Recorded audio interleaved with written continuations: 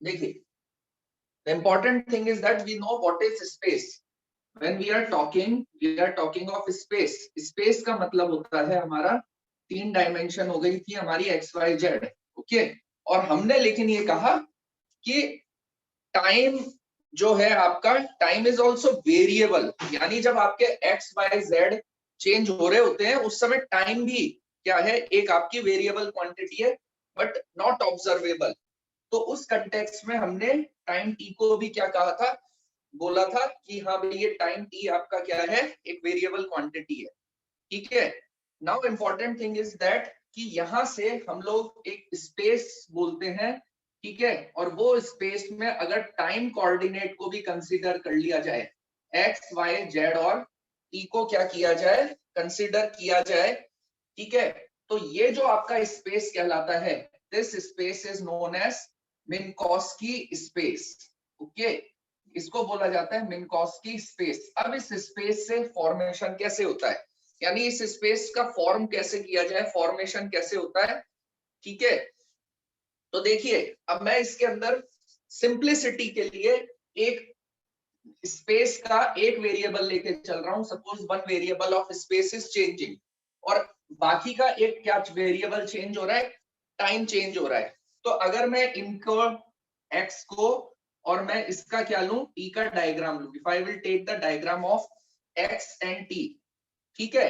तो अगर ये एक्स और टी का डायग्राम लेता हूं, और अगर मैं आपसे ये कहता हूं कि इस एक्स टी टाइम में कोई ऑब्जेक्ट किसके ऊपर है, रेस्ट के ऊपर है। रेस्ट का मतलब, ठीक है, विराम अवस्था में है। तो वो ग्राफ कैसे ड्रॉ होगा, ठीक है। बॉडी इज एट रेस्ट, यानी अगर मान लीजिए उसकी पोजीशन ये थी, ठीक है, तो बॉडी किसके ऊपर है, बॉडी इज रेस्ट, और वो रेस्ट में रहेगी। लेकिन क्या चीज चेंज हो रही है, टाइम चेंज होता जा रहा है, टाइम बदलता जा रहा है, लेकिन बॉडी क्या है, रेस्ट के ऊपर है, ओके। तो यहां पर इसका मतलब ये है कि वस्तु विराम अवस्था में है, ठीक है, और लेकिन टाइम क्या हो रहा है, चेंज हो रहा है। इसी तरीके से हमने इसका रिप्रेजेंटेशन किया, ठीक है। अब अगर आप यहां से कहें तो इसका आप क्या कहोगे, स्लोप।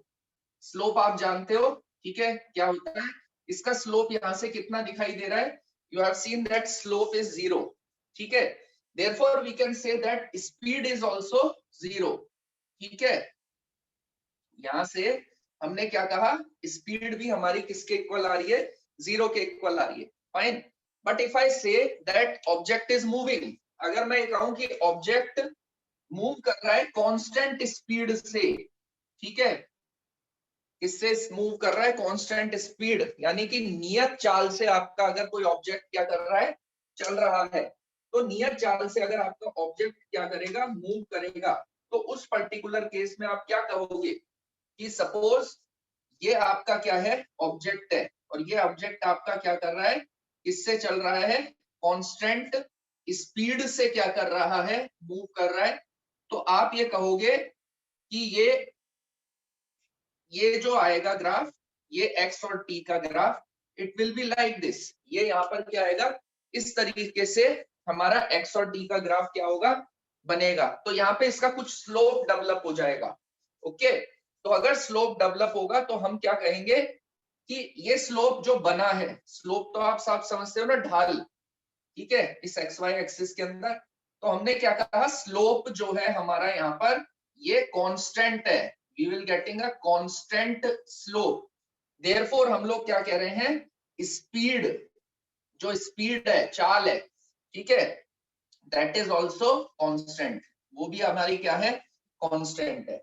और अगर मैं कहूं, if I got the third case में अगर मैं ये कहूं कि यही ऑब्जेक्ट किससे चल रहा है, किसी वेरिएबल स्पीड से चल रहा है, ये एक्स और टी में मेरा क्या है, ग्राफ, ठीक है, एक्सिस है। तो अगर कोई ऑब्जेक्ट किससे चलेगा, सपोज, ठीक है, ये कोई ऑब्जेक्ट है और ये किससे चल रहा है, if it is moving with variable speed, ये किससे मूव कर रहा है, वेरिएबल स्पीड से मूव कर रहा है, ठीक है। तो इसका स्लोप भी वेरिएबल होगा, इसका स्लोप भी क्या होगा, वेरिएबल होगा, okay. So slope is also variable, or therefore speed is also variable. Speed is also variable, और अगर इसको मैं ग्राफ में शो करूं, ग्राफिकली शो करूं, तो it should be something like this. ये इस तरीके से आपका क्या करेगा, ये रिप्रेजेंट करेगा। ठीक है, तो you are getting what is the concept. ठीक है, अगर मैं कौन से टाइम एक्सिस के थ्रू अगर अपना मोशन का एनालिसिस करूं, तो इस पे स्पेस टाइम, ये जो हमारा स्पेस बनता है एक्स वाई जेड टी, इसको स्पेस टाइम स्पेस भी बोला जाता है, स्पेस टाइम बोला जाता है जिसमें, तो ये इस तरीके से हमने यहाँ पर क्या किया। ठीक है, बट इफ आई से, ये तो मेरा ऑब्जेक्ट था जिसमें हमने क्या कहा कि कोई किसी स्पीड से चल रहा है, कांस्टेंट स्पीड से। लेकिन अगर मैं थ्योरी ऑफ रिलेटिविटी की बात करता हूं, ठीक है, किसकी बात कर रहा हूं, if I am talking of theory of relativity, तो उस थ्योरी ऑफ रिलेटिविटी के अंदर स्पीड ऑफ लाइट का बड़ा इंपॉर्टेंट रोल होता है। किसका इंपॉर्टेंट रोल होता है, स्पीड ऑफ लाइट का। तो स्पीड ऑफ लाइट क्या होती है, what is speed of light. Speed of light को हम कहते हैं c is equal to what, nothing 3 into 10 raise to power 8 metre per second. ठीक है, and if you remember Einstein's postulate, तो आइंस्टाइन ने कहा था कि कोई भी चीज स्पीड ऑफ लाइट से तेज नहीं चल सकती। क्या नहीं चल सकती, कोई भी ऑब्जेक्ट जो है वो स्पीड ऑफ लाइट से तेज मूव नहीं कर सकता। तो अगर मैं कहूं कि कोई ऑब्जेक्ट सी स्पीड से चल रहा है, तो x is equal to what, किसको रिप्रेजेंट करेगा, सी टी को रिप्रेजेंट करेगा। ठीक है, टी टाइम में कितना डिस्टेंस ट्रेवल करेगा, सी इंटू टी से रिप्रेजेंट करेगा। अगर मैं सी को एक यूनिट क्वांटिटी मान लूं, वैसे तो आपको पता है कि इक्वेशन क्या है, अगर ये सी को एक कांस्टेंट मान लूं, एक यूनिट क्वांटिटी मान लूं, ठीक है, तो x किसके प्रोपोर्शनल है, x is proportional to t। x किसके प्रोपोर्शनल है, t, क्योंकि स्पीड ऑफ लाइट क्या है आपकी, कांस्टेंट है 3 इंटू 10 रेज टू पावर। तो ये जो ग्राफ होता है y is equal to mx का ग्राफ होता है, और जो y is equal to mx का ग्राफ होता है, दैट विल बी, वो क्या होगा आपका, स्ट्रेट, एक स्ट्रेट लाइन होगा, straight line which is making an angle of what, 45 degree with axis, जो आपकी इस एक्सिस के साथ कितना एंगल बनाते हुए, ठीक है, 45 डिग्री का एंगल बनाते हुए। ठीक है, कब, जब मैं सी की वैल्यू को 1 मान लिया, यूनिट मान लिया मैंने सी की वैल्यू को, ठीक है, बिकॉज इट इज कांस्टेंट। ठीक है, तो उस समय इन दैट पर्टिकुलर केस, ठीक है, इस ग्राफ को अगर ड्रॉ करना पड़े, तो how we will draw this particular graph, this graph can be drawn as like this. ये टाइम है और ये मेरा क्या है, एक्स है। तो स्पीड लाइट तो कहीं भी कैसे भी किसी भी डायरेक्शन में जा सकती है, यानी इस क्वाड्रेंट के अंदर अगर मैं बात करूं, लाइट की बात करूं, तो it should be like this. ठीक है, it should be like this, it should be like this, and it should be like this. ये इस तरीके से क्या होगा, फॉर्मेशन होगा इस पर्टिकुलर केस के लिए। ओके, लेकिन अगर मैं लाइट का एक डायरेक्शन में चलने की बजाय किसी लाइट का 2 डायमेंशनल में क्या मानू, मूवमेंट मानू, 2 डायमेंशन यानी 2D क्या हो रहा है, मूव हो रहा है, तो जो आपके लाइट के वेव फ्रंट्स होते हैं वैसे स्फेरिकल होते हैं, लेकिन मैं उन लाइट के वेव फ्रंट्स को अगर 2D में मानू, ठीक है, वेव फ्रंट समझते हो ना, तरंगाग्र, तो वो तरंगाग्र 2D में किस तरीके से होंगे, these should be like this। ठीक है, ये जो वेव फ्रंट्स होते हैं ये किस तरीके से होते हैं, इस तरीके से होंगे। किसमें, अगर मैं लाइट को किसमें मान रहा हूँ, 2D में मान रहा हूँ, light is moving in 2 dimension. Okay, फिर लाइट का 3 डायमेंशन प्रोस्पेक्ट भी पॉसिबल है, लेकिन 3 डायमेंशन प्रोस्पेक्ट दिखाना विद 4th कोऑर्डिनेट, चौथे कोऑर्डिनेट के साथ दिखाना, वो बहुत टिपिकल है। सो आई एम कंसिडरिंग, ठीक है, तो वो आपका कैसे बनेगा। ठीक है, suppose I will take a plane, मैंने एक क्या लिया, प्लेन लिया। ठीक है, ये मैंने एक यहाँ पे क्या बना दिया, प्लेन बना दिया। ओके, और इस प्लेन के ऊपर मैंने एक पॉइंट सोर्स रख दिया। ठीक है, I have kept a point source. ठीक है, तो दूसरा जो प्लेन होगा, ऐसे अगर मैं डिफरेंट डिफरेंट प्लेन्स यहाँ पे क्या करता चलूं, फॉर्म करता चलूं। ठीक है, यहाँ पर मैंने एक प्लेन और बनाया,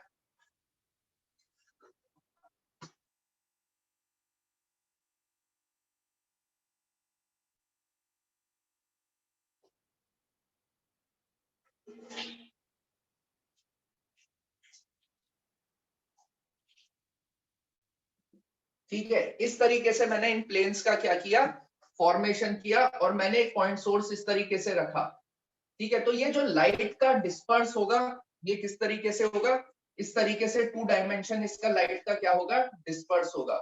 ओके, ये जो लाइट का डिस्पर्स होगा it should be like this, ये इस तरीके से लाइट का क्या हो रहा है, डिस्पर्स हो रहा है। ओके, तो अगर यहां से कोई लाइट चलती है इस पॉइंट सोर्स से, तो ये किस तरीके से मूव करेगी, it will be move in this particular shape, इस पर्टिकुलर शेप में ये क्या करेगी, मूव करेगी। ठीक है, इस पर्टिकुलर शेप में ये क्या करेगी, मूव करेगी, like this it can B move. ठीक है, तो इसका मतलब ये हुआ कि अगर मैं इन पॉइंट्स को ज्वाइन करता हुआ चलूं, ठीक है, I will use some different colour. ठीक है, तो ये लाइट टाइम के रेस्पेक्ट में कैसे मूव करेगी, ये टाइम के रेस्पेक्ट में इस तरीके से मूव करेगी। और अगर इन पॉइंट्स को मैंने क्या किया, I have joined these particular points, इन सारे पॉइंट्स को मिला दिया जाए एक पर्टिकुलर पॉइंट्स। ठीक है, इस तरीके से क्या किया जाए, मिलाया जाए। ठीक है, तो ये किसको फॉर्म कर रहा है, ठीक है, ये एक कोन की शेप को यहाँ पे क्या कर रहा है, फॉर्म कर रहा है। It is forming a shape of कोन। तो यहाँ पर एक हमारे पास क्या बन जाती है, कोन की शेप बन जाती है। Getting my point. ठीक है, टिल हियर ये मेरा लाइट सोर्स था, यहाँ से चल रहा, 2D में लाइट चल रही है, तो एक प्लेन में चल रही है ये लाइट, इस तरीके से क्या चल रही है, प्लेन में चल रही है। और मेरा किसके रेस्पेक्ट में, ये जो एक्सिस है, ये एक्सिस किसको रिप्रेजेंट कर रही है, टाइम एक्सिस को रिप्रेजेंट कर रही है या नहीं कर रही, ये एक्सिस टाइम एक्सिस को क्या कर रही है, रिप्रेजेंट कर रही है। So what we are getting a shape of cone, एक मुझे कोन की क्या मिल रही है, शेप मिल रही है। If you have any problem till here, ठीक है, you may ask, else we should proceed other. देखिएगा, अब मैं एक आपका जनरल स्पेस और मिनकॉस्की स्पेस, अगर इन दोनों के बीच में एक सिमिलरिटी देखूं तो वो सिमिलरिटी क्या होती है। पहले मैं ड्रॉ कर रहा हूं एक सिंपल स्पेस की बात कर रहा हूं, ये एक्स वाई है, मैं 2 डायमेंशन लेके चलूंगा, 2 वेरिएबल लेके चलूंगा, क्योंकि 2 वेरिएबल को रिप्रेजेंट के साथ थर्ड वेरिएबल को रिप्रेजेंट करना थोड़ा क्या है, तो मैं एक्स वाई 2 डायमेंशन एनालिसिस को ही लेकर चल रहे हैं हम लोग। ठीक है, और वो किसके रेस्पेक्ट में लेके चलेंगे, ले तो आप थर्ड पैरामीटर भी ले सकते हो, लेकिन केवल अंडरस्टूड कि किस चीज को कैसे अंडरस्टूड किया जाए, बस उस प्रोस्पेक्ट से बता रहा हूं। तो इसके अंदर जब मैं एक पॉइंट लेता हूं, ठीक है, तो इस पॉइंट को मैं क्या बोलता हूं, एक्स वाई बोलता हूं।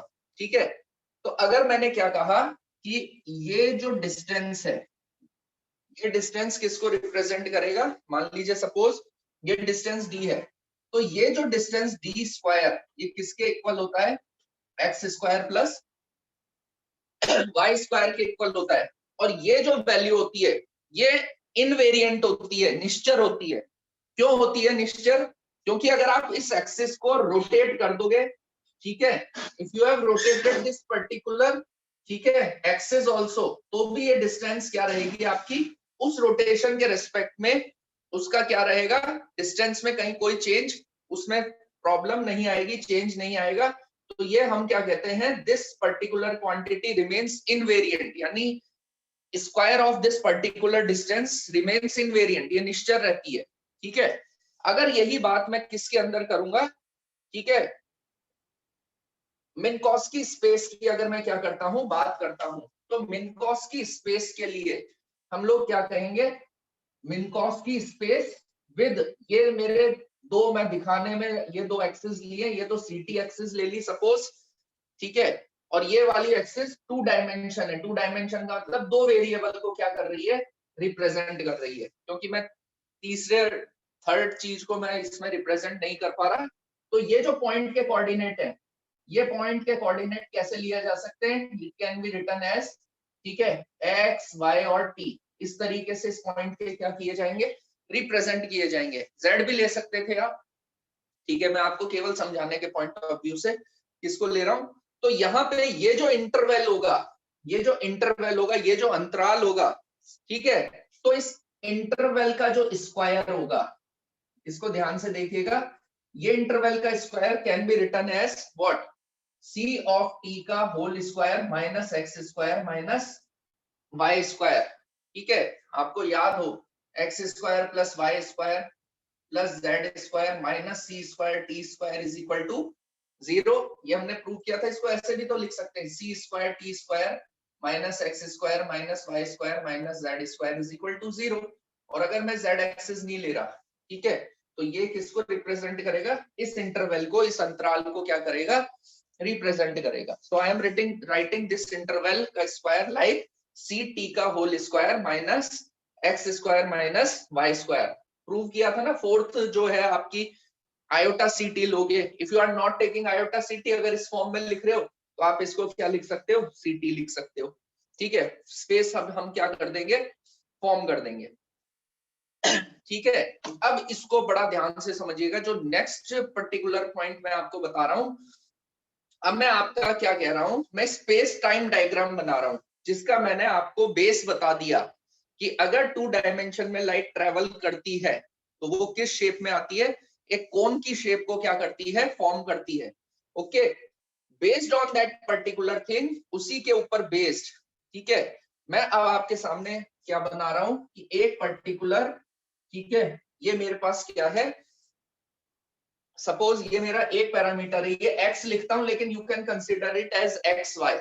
ठीक है, और मैंने यहाँ पे क्या किया, ये मेरा टाइम एक्सिस ली। ओके, अब अगर मैं ये कहूं कि what is the concept of present, future और पास्ट, प्रेजेंट, फ्यूचर और पास्ट का क्या कंटेक्स्ट है, ठीक है, तो उसके लिए, ठीक है, मैंने क्या कहा, I have to make that region, मुझे वो क्षेत्र बनाना पड़ेगा जो लाइट के ट्रेवल से फॉर्म होता है। क्यों भाई, लाइट ही क्यों लिया, क्योंकि आइंस्टीन का हाइपोथेसिस क्या था, nothing object, no object can move faster than light, कोई भी चीज लाइट से ज्यादा फास्ट मूव नहीं कर सकती। ठीक है, तो अगर इसको मैं 2 डायमेंशन में रिप्रेजेंट करूं, तो ये 2 डायमेंशन रिप्रेजेंटेशन क्या हो गया, ये 2 डायमेंशन रिप्रेजेंटेशन किसको रिप्रेजेंट करेगा, एक कोन को क्या करेगा, रिप्रेजेंट करेगा। इट विल रिप्रेजेंट अ कोन, ये किसको रिप्रेजेंट करेगा, एक कोन को क्या करेगा, रिप्रेजेंट करेगा। इस पर्टिकुलर पॉइंट, ये जो पर्टिकुलर पॉइंट है, इस पॉइंट के प्रोस्पेक्ट में अब हमारे पास ये देखो, ये लाइट बाउंड्री है, ये देखिए ये कौन सी बाउंड्री है, ये जो बाउंड्री बनाई है, ठीक है, ट्राई टू डिफरेंट कलर, ठीक है, ये जो बाउंड्री है ये लाइट बाउंड्री है, कर रहा है, रिप्रेजेंट कर रहा है।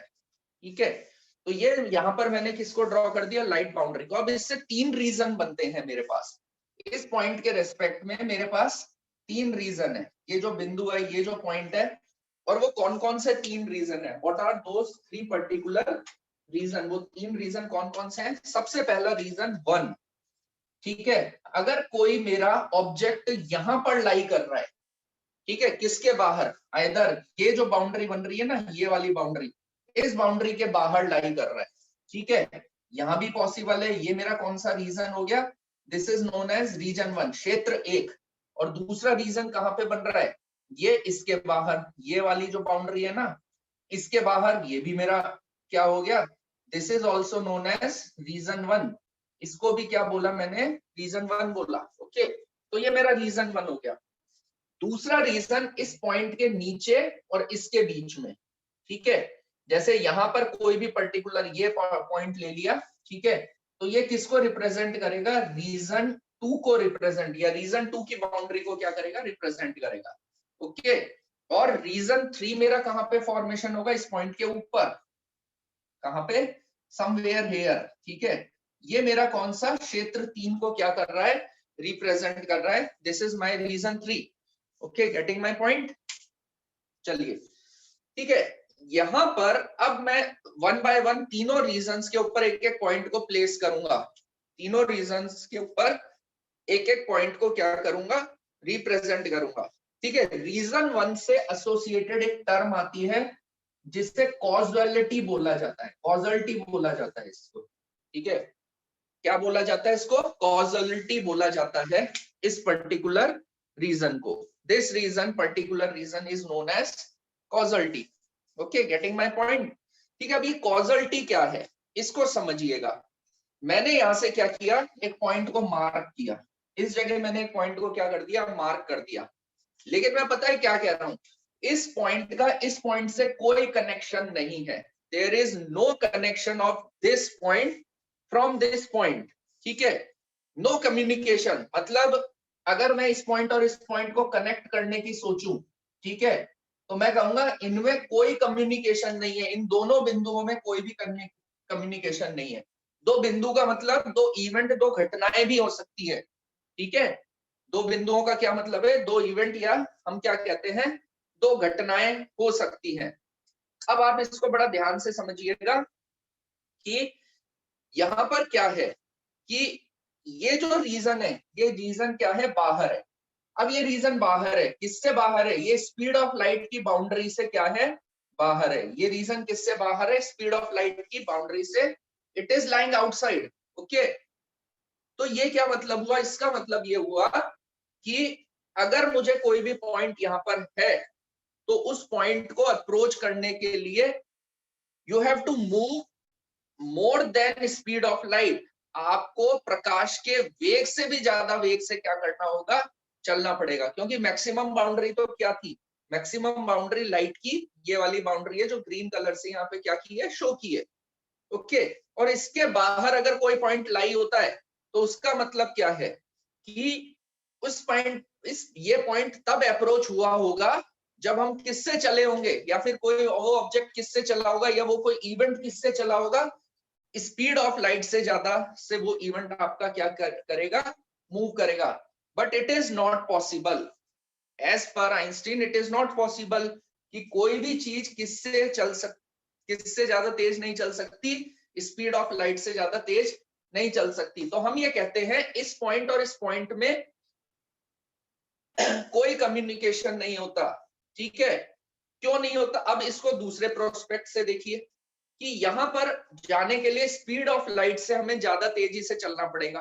ठीक है, इसका मतलब हम क्या करेंगे, ज्यादा टाइम में कम डिस्टेंस क्या कर लेंगे, ट्रेवल कर लेंगे। ठीक है, तो टाइम इसके अंदर क्या कर गया, डोमिनेट कर गया। ठीक है, यानी कि उल्टा बोल गया, सॉरी, कम टाइम में हम कितना डिस्टेंस ट्रेवल कर लेंगे, ज्यादा डिस्टेंस क्या कर लेंगे, ट्रेवल कर लेंगे। ठीक है, इसका मतलब ये है अगर आप तेजी से चल रहे हो, बहुत तेजी से चल रहे हो, तो कम टाइम में आप ज्यादा डिस्टेंस क्या करोगे, ट्रेवल करोगे। तो उसका मतलब क्या है, ये जो इंटरवल है सी टी का whole square minus x square minus y square, it is less than zero.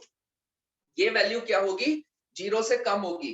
ठीक है, और यहाँ पे स्पेस डोमिनेट कर रहा है, स्पेस का मतलब आकाश डोमिनेट कर रहा है, डोमिनेंट का मतलब प्रभावी है। क्यों प्रभावी है, कम टाइम में, ठीक है, ज्यादा डिस्टेंस चल रहे हो, तो टाइम और स्पेस में से कौन सी चीज इफेक्टिव हो गई, स्पेस इफेक्टिव हो गया। ठीक है, तो यहाँ पे क्या इफेक्टिव है, स्पेस इफेक्टिव है, स्पेस इज इफेक्टिव। क्योंकि कम टाइम में अगर आप स्पीड ऑफ लाइट से ज्यादा चलोगे, फिर कह रहा हूं, ठीक है, तो कम टाइम में ज्यादा डिस्टेंस ट्रेवल करोगे, तो कौन सी चीज, स्पेस टाइम वर्ड में से स्पेस इफेक्टिव हो गया, स्पेस डोमिनेट कर गया, तो इसे बोला जाता है space effective. That's why it is known as, इसको एक नाम दिया गया स्पेस लाइक।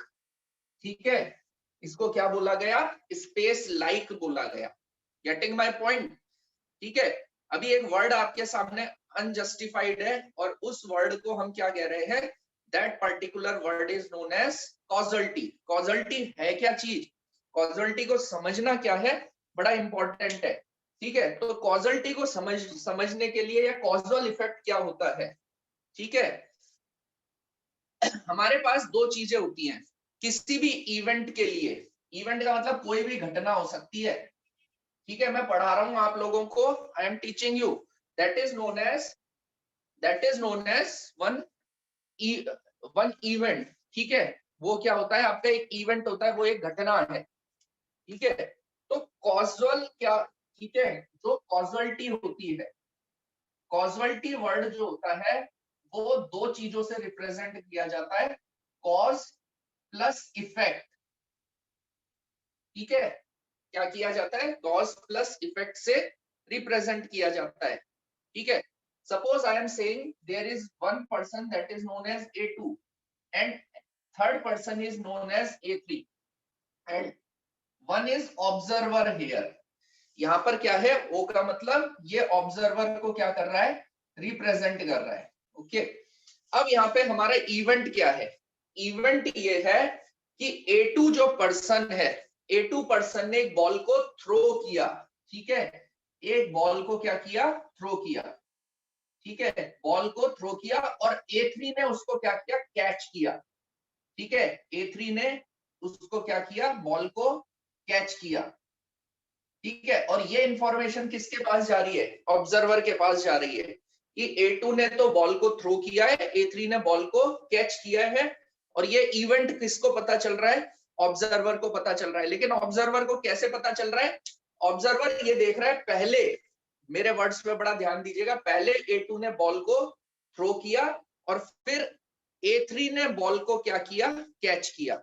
ये एक नॉर्मल फिनोमिना है, ये हमारी डेली लाइफ का फिनोमिना है। और डेली लाइफ में हम लोग क्या देखते हैं, जो बॉल थ्रो होती है, ठीक है, इस बॉल थ्रो को बोला गया कॉज, इसको क्या बोला गया, कॉज। और जो बॉल कैच हुई उसको क्या बोला गया, इफेक्ट बोला गया, ठीक है। तो हमारे डेली लाइफ प्रोसेस के अंदर हम लोग क्या कहते हैं, पहले हमेशा कॉज होता है और फिर उसका इफेक्ट होता है, ठीक है। यानी पहले बॉल थ्रो होगी और फिर उसके बाद बॉल कैच होगी।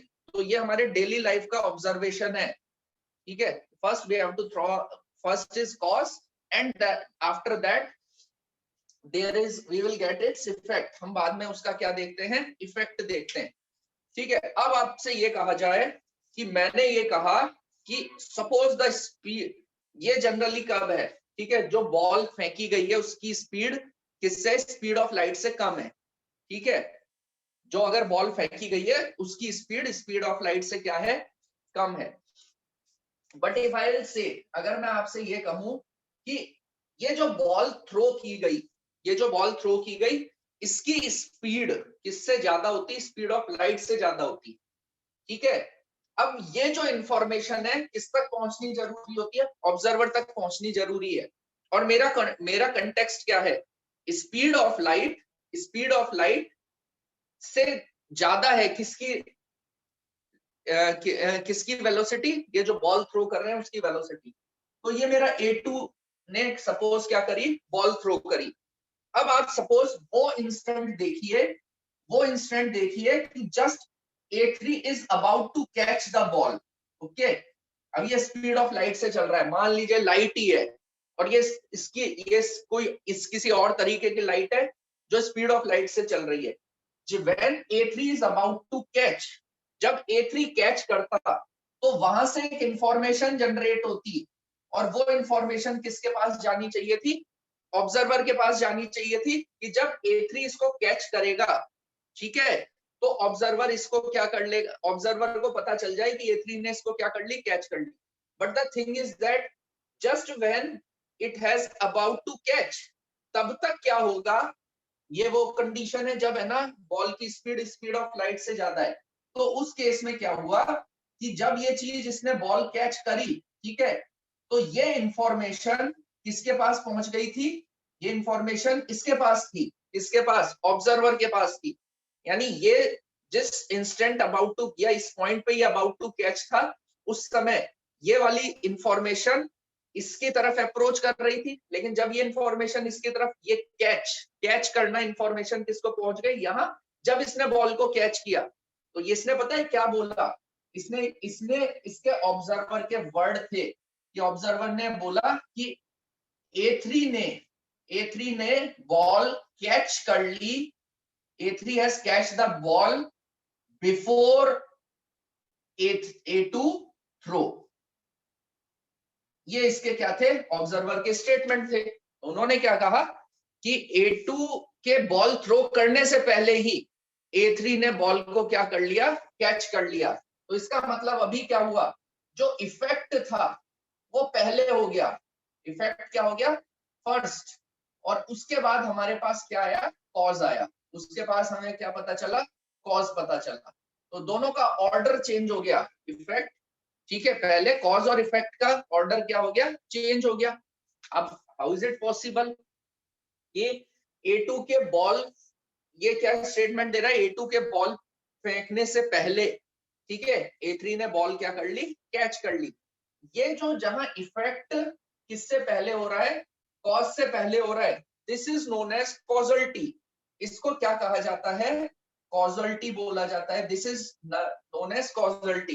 तो कॉजल्टी वाली चीज कहां पर पॉसिबल है, causality is possible here only because here object is moving with more than speed of light. वो किससे मूव, ज्यादा तेजी से मूव कर रहा है, स्पीड ऑफ लाइट से क्या कर रहा है, तो उससे क्या कर रहा है, मूव कर रहा है। And since nothing can move with more than speed of light, तो हम तो ये पहले ही बोलकर चल रहे हैं ना कि ये चीज पॉसिबल नहीं है। क्यों, क्योंकि आप इस बाउंड्री के बाहर की क्या कर रहे हो, यू आर टॉकिंग, ठीक है, आउटसाइड दिस बाउंड्री, ठीक है। तो ये जो जनरल रीजन होता है ना, जहां पर कॉज बाद में आए और इफेक्ट पहले आए, ठीक है, वो बाउंड्री अलाउड ही नहीं होती, या वो रीजन आपका क्या नहीं होता, that region is not allowed over there. Okay, till here if you have any sort of problem regarding reason 1,